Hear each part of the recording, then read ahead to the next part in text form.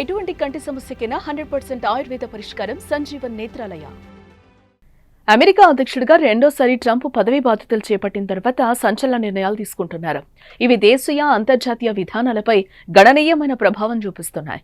America first విధానంలో భాగంగా China, భారతదేశం, ఇతర దేశాలపై కఠినమైన వాణిజ్య సుంకాలు విధించారు.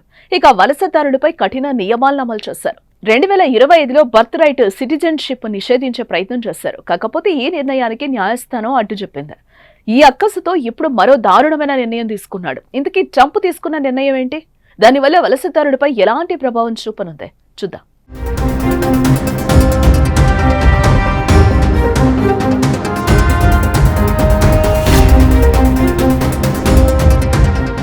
డొనాల్డ్ ట్రంప్ అధ్యక్ష పదవిలోకి వచ్చిన తర్వాత కఠిన నిర్ణయాలు తీసుకుంటున్నారు. ఈ క్రమంలోనే వలసదారులపై మరోసారి కఠిన ఆంక్షలు అమలు చేశాడు. వీసాపై అమెరికాకు వెళ్లాలనుకునే ఆశావాహుల నెత్తిన మరో బాంబు పేల్చేందుకు సిద్ధమైంది ట్రంప్ ప్రభుత్వం. బిజినెస్, టూరిస్ట్ వీసా కోసం దరఖాస్తు చేసుకునేవారు పూచీకత్తు కింద $15,000 వరకు బాండ్ చెల్లించారని విదేశాంగ శాఖ ప్రతిపాదించింది. ఈ మేరకు ఫెడరల్ రిజిస్ట్రీలో ఆగస్టు 5 మంగళవారం నోటీసులు జారీ చేసింది. 12 నెలల పైలట్ ప్రోగ్రాం కింద ఈ కొత్త నిబంధనలు తీసుకురాబోతున్నామని అమెరికా విదేశాంగ శాఖ వెల్లడించింది. అమెరికాకు B1 అంటే బిజినెస్, B2 అంటే టూరిస్ట్ వీసాలపై ఈ నిబంధనలు అమలు చేసే ఆలోచనలో ఉన్నట్లుగా తెలిపింది.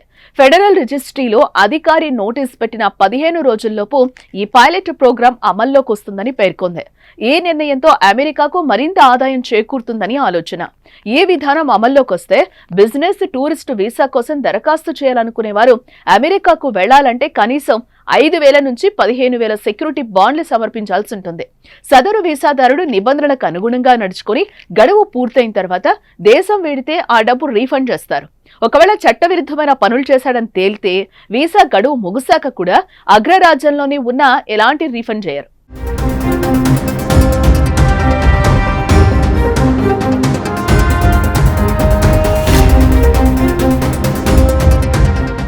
ఈ బాండ్ నిబంధనలు అన్ని దేశాలకు ఉండవు. షూరిటీ వర్తించే దేశాల జాబితాలు త్వరలో విదేశాంగ శాఖ ప్రకటించనుంది.